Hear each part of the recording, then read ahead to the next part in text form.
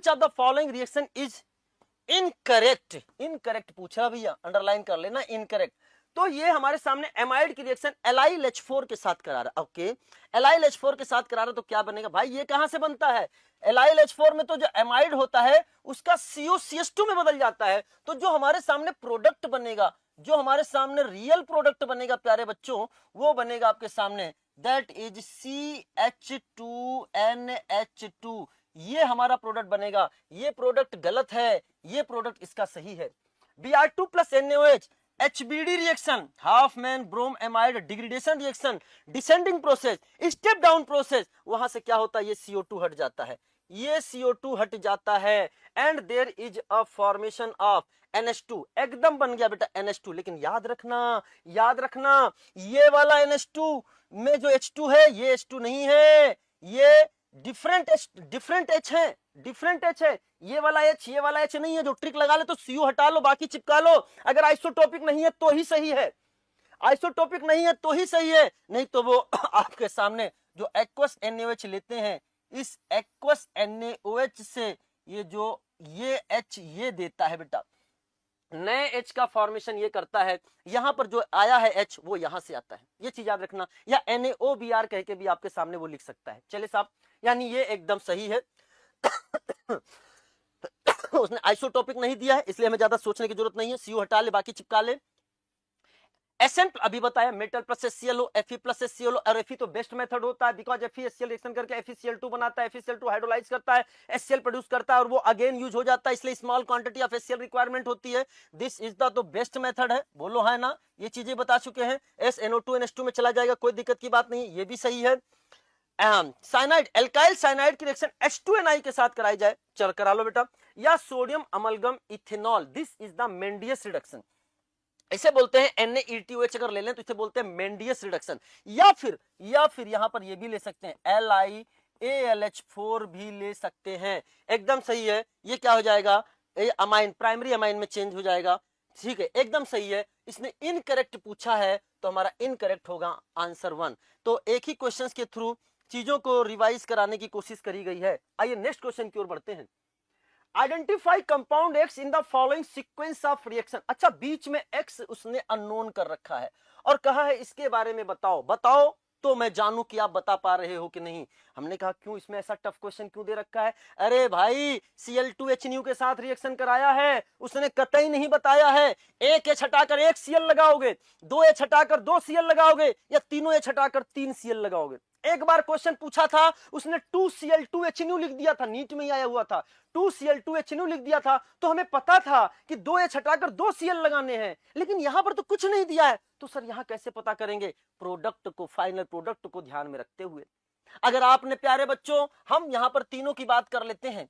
अगर आपने यहां पर आपके सामने ये CH2Cl एक ये बना दिया, दूसरा आपने यहां पे बना दिया CHCl एंड Cl ये बना दिया, और एक तीसरा आपने बना दिया that is CCl Cl and Cl। तीनों की पॉसिबिलिटी है। Cl2 को उसने बता नहीं रखा इस क्वेश्चन के हिसाब से। तो जब इसकी हाइड्रोलाइसिस करोगे, जब इसकी हाइड्रोलाइसिस करोगे प्यारे बच्चों, Cl हटा ले, OH लगा दे, तो there is a formation of CH2OH, और ये आपके सामने बन गया this is called benzyl alcohol. नहीं साहब, बेंजल्डिहाइड बनाना है, बेंजल्डिहाइड बनाना है, यानी हमारा आंसर नंबर 3 तो कट हो चुका है। अच्छा चलो साहब, इसकी करते हैं हाइड्रोलाइसिस। इसकी किया हाइड्रोलाइसिस तो क्या होगा बेटा, ध्यान से समझना। यहां पर CH, यहां पे आया OH, यहां पे है OH, और ध्यान सुनना, जल है कि मानता नहीं, निकल जाता है, यहां से वाटर निकल गया, and there is a formation of, एक ही कार्बन पर 2 H होंगे तो वाटर निकल जाएगा, and CH double bond O, there is a formation of benzaldehyde का फॉर्मेशन हुआ। एकदम सही है भाई, एकदम सही है, कोई दिक्कत की बात नहीं है। बेंजल्डिहाइड ही तो हमको बनाना है। दिस इज द बेंजल्डिहाइड, और बेंजल्डिहाइड बन गया, यानी ये हमारा, यही हमारा आंसर बनने वाला है। तो आंसर कौन सा हो गया बेटा, ये देखो आंसर इज द 4। सर फिर तीसरा भी थोड़ा सा प्लीज बता दीजिए। चलो साहब, हमने इसकी भी क्या कर दी, हाइड्रोलाइसिस में डायरेक्ट बता रहा हूं, ट्रिक से बता रहा हूं, तो आपने क्या कर दिया बेटा, ध्यान समझना। आपने यहां पर C, यहां पर क्या है OH, यहां पे क्या है OH, यहां पे क्या है OH, जल है कि मानता नहीं, निकल जाता है और यहां से वाटर निकल जाएगा। एक ही कार्बन पर मिनिमम 2 H होते हैं, पानी निकाल दिया, जनरली पानी निकाल दो और देयर इज अ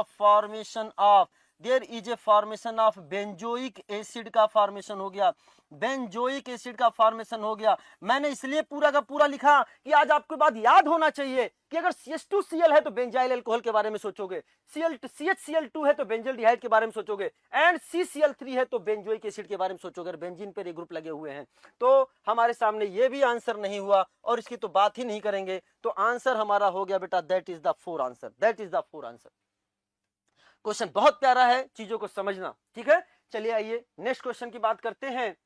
तो ये जेई मेंस का आया हुआ बहुत प्यारा क्वेश्चन। जब मैंने पहली बार इसको देखा था तो इस क्वेश्चन ने मेरा दिल जीत लिया था, क्योंकि एक पंथ दो काज वाले क्वेश्चन हो गए।